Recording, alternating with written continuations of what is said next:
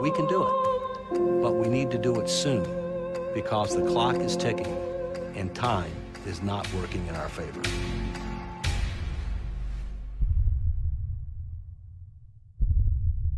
I know many Americans have questions tonight. How did we reach this point in our economy? And what does this mean for your financial future? These are good questions, and they deserve clear answers. And they deserve clear answers. First, how did our economy... They took down the symbols, the financial symbols of America, the twin towers of the world trade. Today, we've had a national tragedy. 2 airplanes have crashed into the World Trade Center.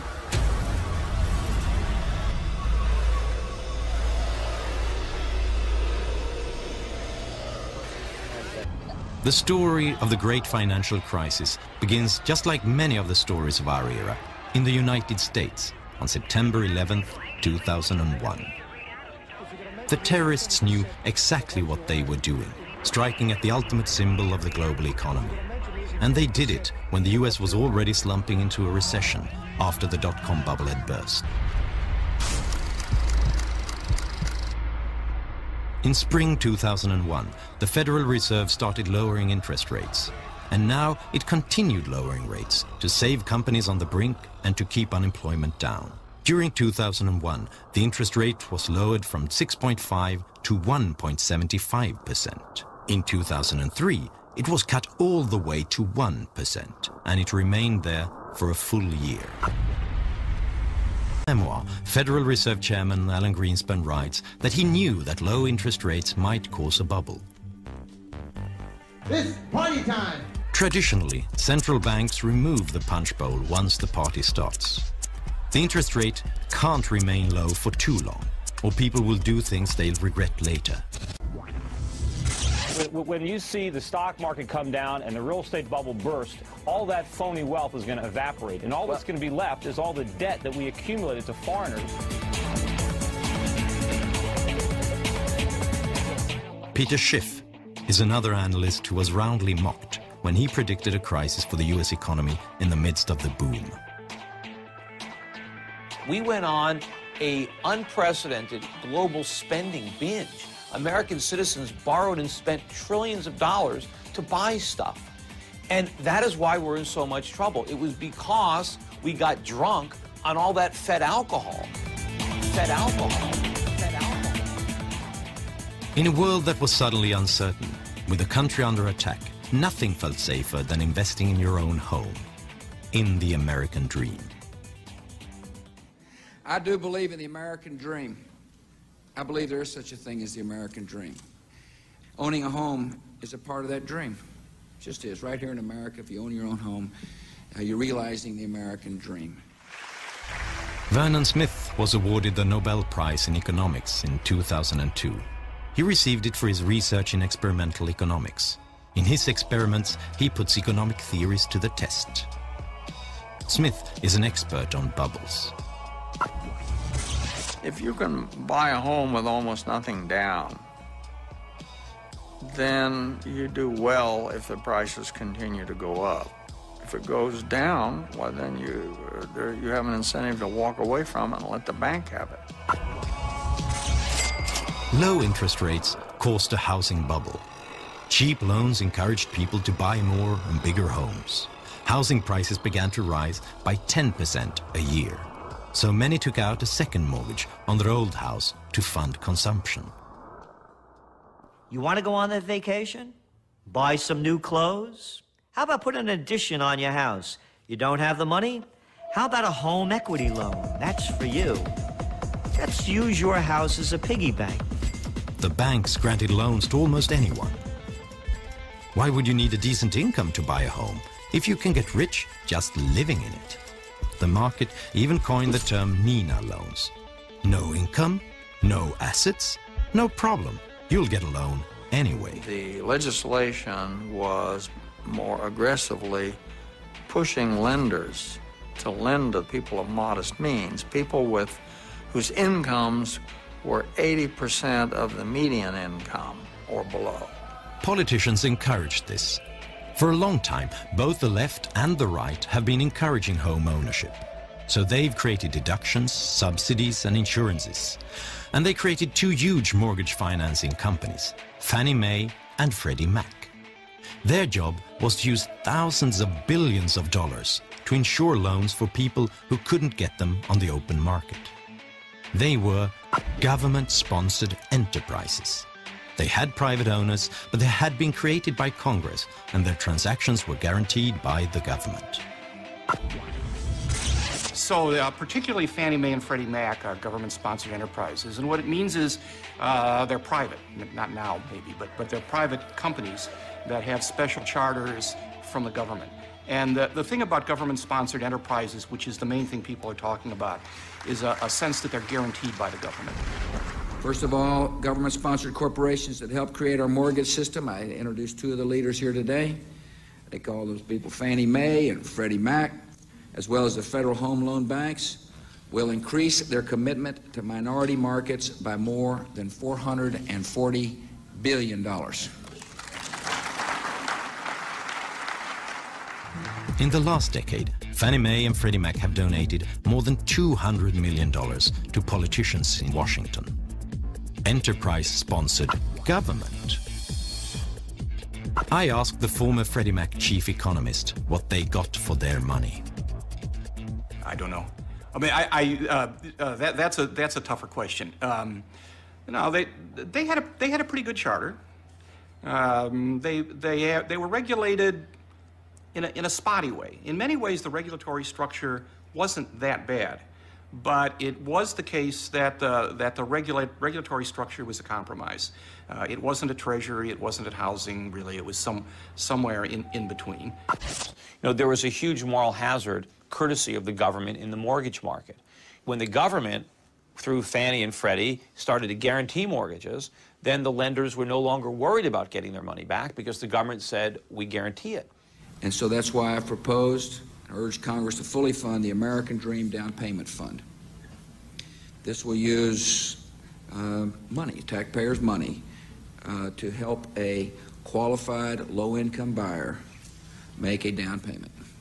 Well, greed has to be balanced with a certain amount of fear, and that's what down payment rules are all about, and amortization rules, is to keep people from carried away by, as you say, the greed of expecting to become rich by buying a home and reselling it at a higher price. And that's important. If one of the barriers to home ownership is the inability to make a down payment, and if one of the goals is to increase home ownership, it makes sense to help people pay that down payment. This is the problem, the moral hazard. We gave a moral hazard to home buyers. Once you say that you can buy a home with no down payment, all of a sudden there's no risk to the borrower. He doesn't care if he overpays, because if the house keeps going up, he makes money. If it stops going up, the bank loses the money. You know, we have moral hazards in our banking system. The U.S. government guarantees all bank deposits. Well, what does that mean?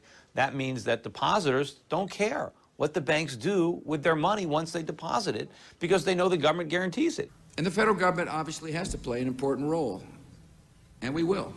We will. I mean, when I lay out a goal, I mean it. Why are they doing that? Why can't we let mortgages be financed in the private sector? The reason is because the private sector would not finance these crazy mortgages, and real estate prices would have to come down to levels that people can actually afford. How can you promote home ownership if people can't afford the home? The big banks dared to make riskier loans because they had started repackaging loans and selling them to others as securities.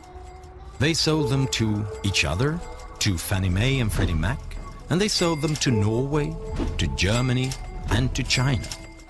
If the loans turned bad, someone else would end up with a hot potato. Everybody wanted to buy because the rating agencies that rate securities gave the mortgage-backed bonds their highest rating. They promised huge payoffs at near zero risk. The rating agencies thought that house prices would just keep rising.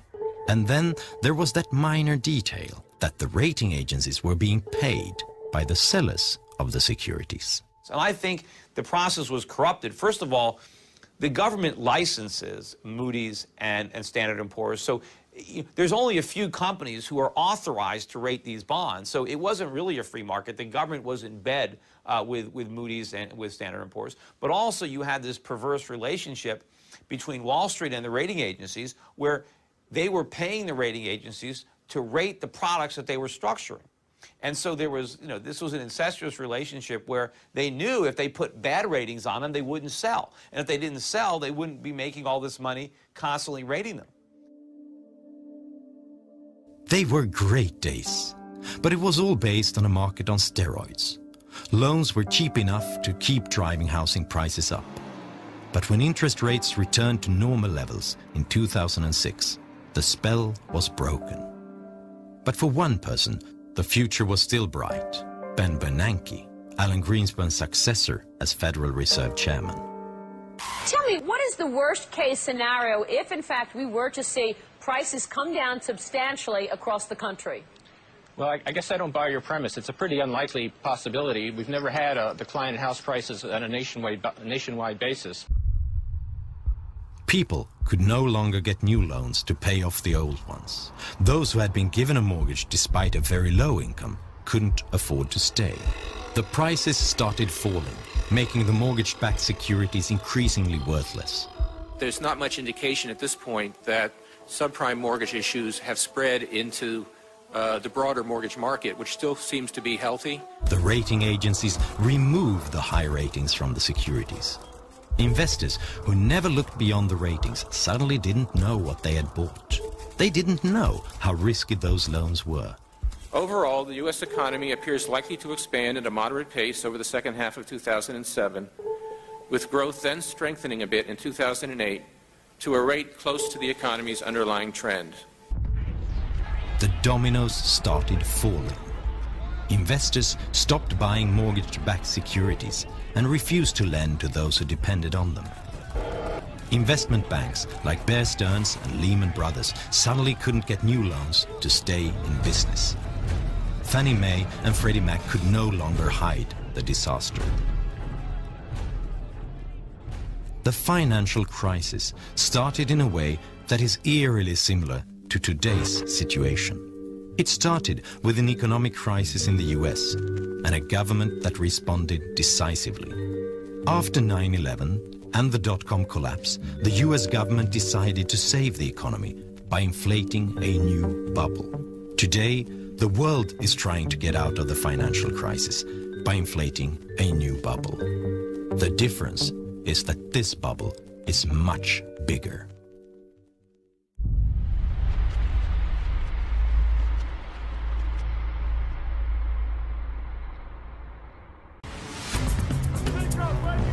In September of 2008, the US economy is near collapse. Fannie Mae and Freddie Mac have been taken over by the government. On September 15th, giant investment bank Lehman Brothers goes bankrupt after monumental bets on real estate. AIG, the largest insurance company in the world, collapses the next day. Fear sets in. It seems like anyone can fail. Suddenly, banks no longer dare make loans to companies or each other. Experts warn that the economy is about to collapse. This CBS News special report, a presidential address to the nation. From CBS News headquarters in New York, here is Katie Couric. Good evening, everyone. President Bush asked the networks for this television time so he could talk directly to you about a national crisis. Some of this country's major financial institutions are in danger of collapsing under the weight of bad mortgages, and that would be devastating for the entire economy. We are in the midst of a serious financial crisis, and the federal government is responding with decisive action.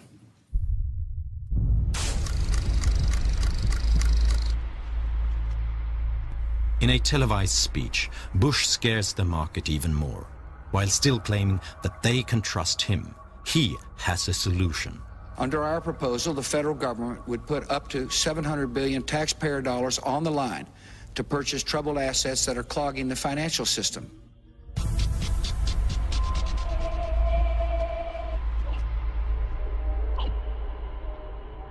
The US government wants to spend huge amount on Wall Street banks to cover their bad deals. Even banks who don't want the money will be forced to take it, so that the public won't know which banks are on the brink of collapse. All those in favor say aye. Opposed say no. The ayes have it. Speaker. I want to thank the Secretary of the Treasury for working hard with the members. I thank the members for working long hours like they've been doing to come up with a solution that's bipartisan and that'll solve the problem. On October 3rd, Congress approves the biggest financial bailout in history. $700 billion. Around the world, in Germany, Italy, Canada, South Korea and Great Britain, other politicians do the same to save their banks.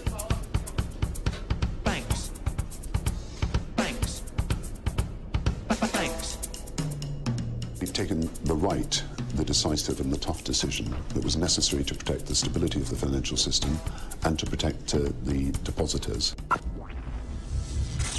David Walker was US Comptroller General from 1998 to 2008.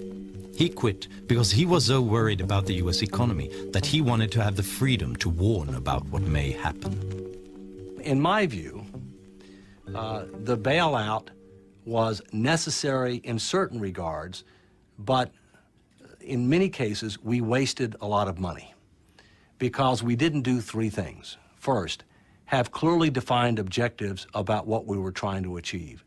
Secondly, have criteria established up front as to who would get the money and who wouldn't get the money. And number three, have conditions established up front as to what they could and couldn't do with the money. And as a result of not having those three things, some people got the money that didn't deserve it. Other people got the money that didn't make good use of it. And as a result, we had a lot of waste with regard to taxpayer money. What would it mean if the domestic industry were allowed to fail? You heard Senator Stabenow, so I won't repeat other than to say... As a result of the crisis, the situation for the US auto industry became critical. On November 19th, their CEOs fly to Washington to demand money.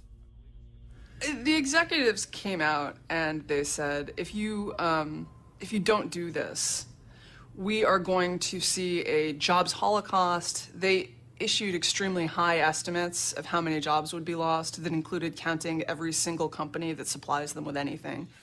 That's why this is all about a lot more than just Detroit. It's about saving the U.S. economy from a catastrophic collapse. A month later, President Bush gives billions of dollars to General Motors and Chrysler. The money comes from the bailout package that was really only designed to save the financial industry. Now some U.S. auto executives say that their companies are nearing collapse, and that the only way they can buy time to restructure is with help from the federal government.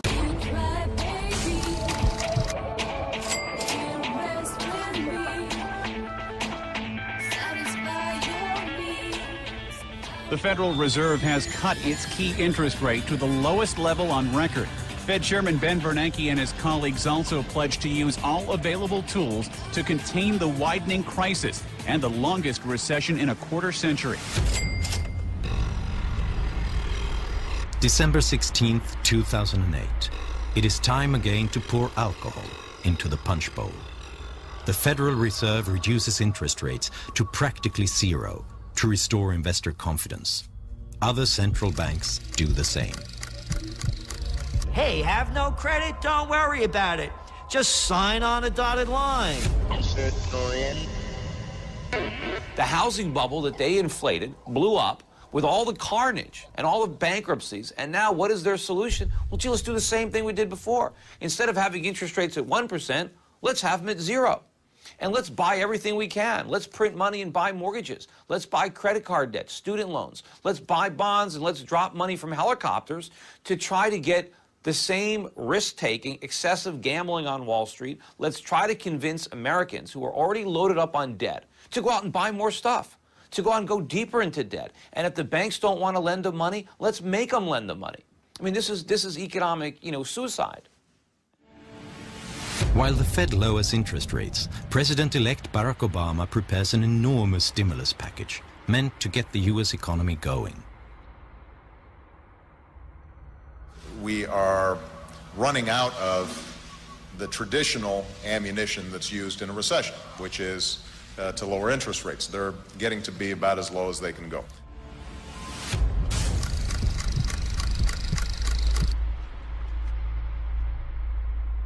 The American Recovery and Reinvestment Act that I will sign today, a plan that meets the principles I laid out in January, is the most sweeping economic recovery package in our history.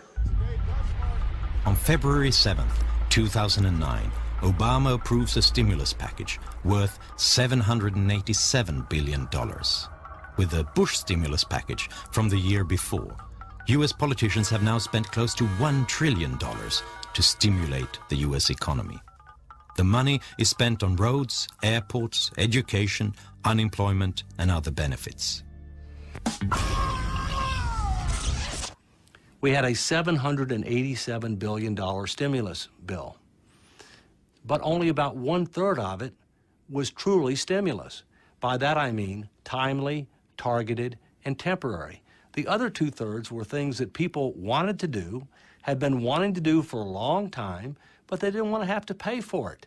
They wanted to do it as part of emergency legislation and charge it to the national credit card. Because of the steps we've taken, this plant is about to shift into high gear. And that's where we are. I think at this point, the problem is now so big that government stimulus is not going to, buy us another 5 or 6 years of phony growth like it did last time.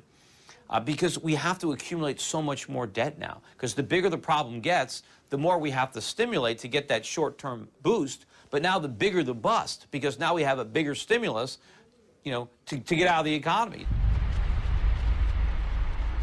About a year after the worst economic crisis in modern history, Lehman Brothers is gone. But apart from that, Wall Street looks much the same. Many banks are reporting record profits. The world's stock markets have skyrocketed. The market is finally breathing a sigh of relief. But isn't it?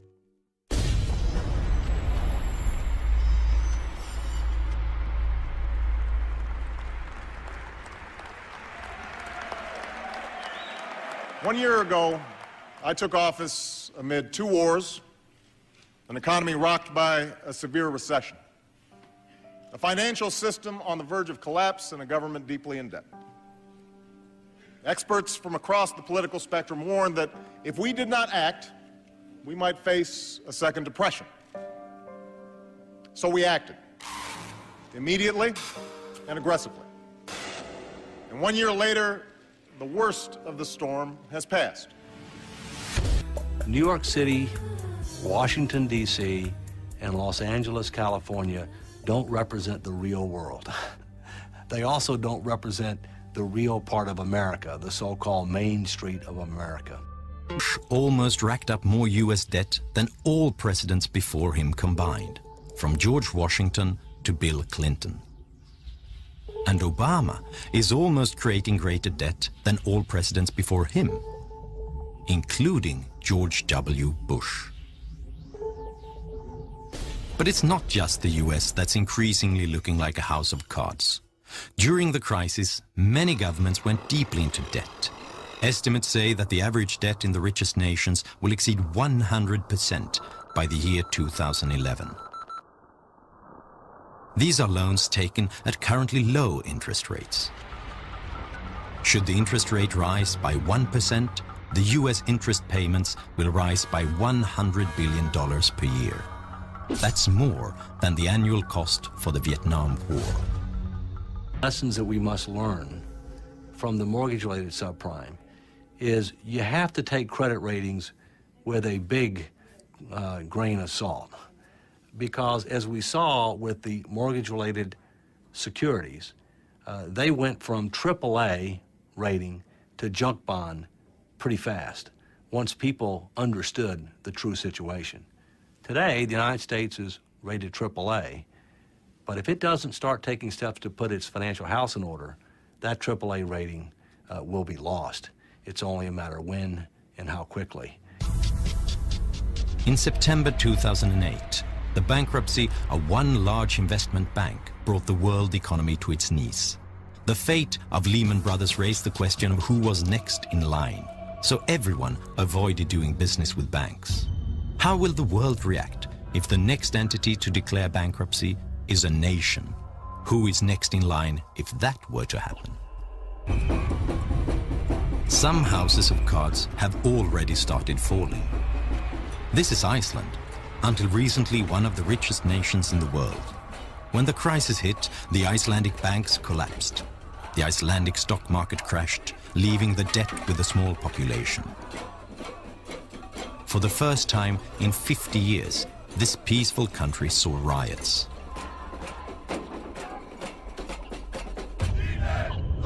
This is Greece. Here, deficits have hit a record high. The national debt is approaching 135% of GDP.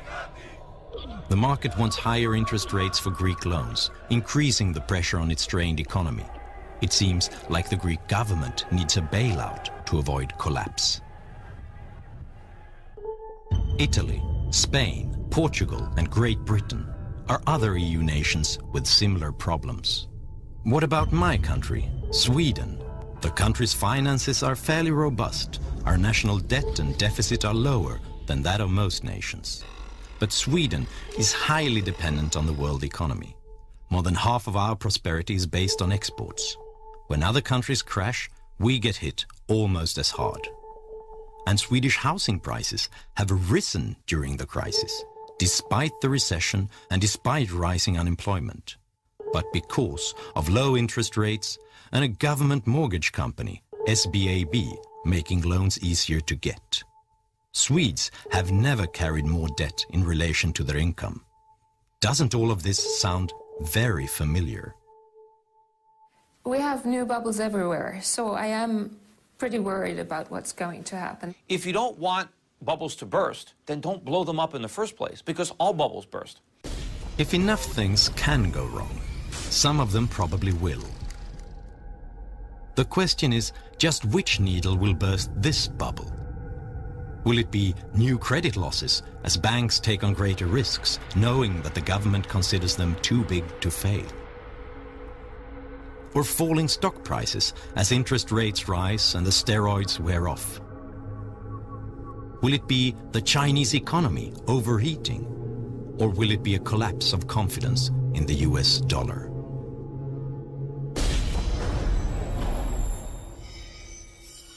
If we lose the confidence of our foreign lenders, and we must not allow that to happen, but if that were to happen, then there would be a dramatic decline in the dollar, a dramatic increase in interest rates, significant fueling of inflation, a very, very deep recession and possibly depression that would be felt around the world. We must not allow that to happen. When the next bubble bursts, you cannot use the same emergency measures. You can't lower interest rates that are already at rock bottom. You can't stimulate the economy with borrowed money if an excessive national debt is the cause of the crisis. The governments could save the banks, but who can save the governments? Ultimately, there's going to be a price all around the world to be paid for this. And the longer it continues, the bigger that price is going to be. You know, this really is a moral question. I mean, I can give you plenty of big and bad numbers.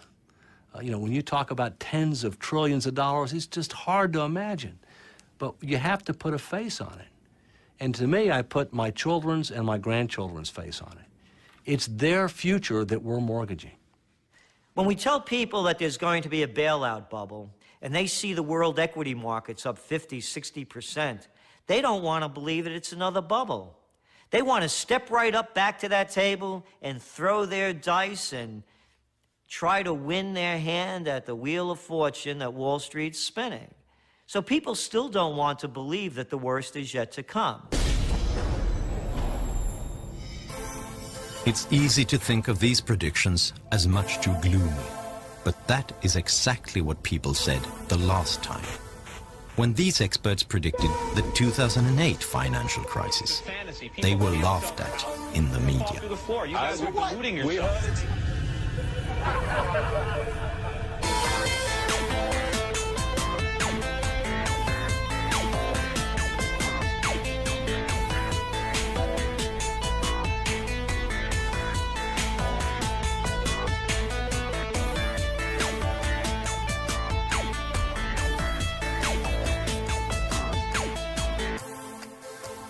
We can do it, but we need to do it soon because the clock is ticking and time is not working in our favor.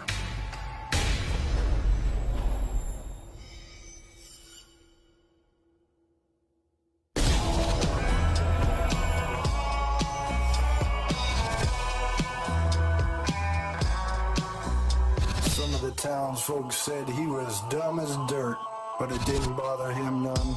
He had a steely look in his eyes that told a different story. He didn't pay no mind. He was a pioneer through and through, and his mind was as wide open as that prairie he'd left behind. His only weaknesses were women and firewater.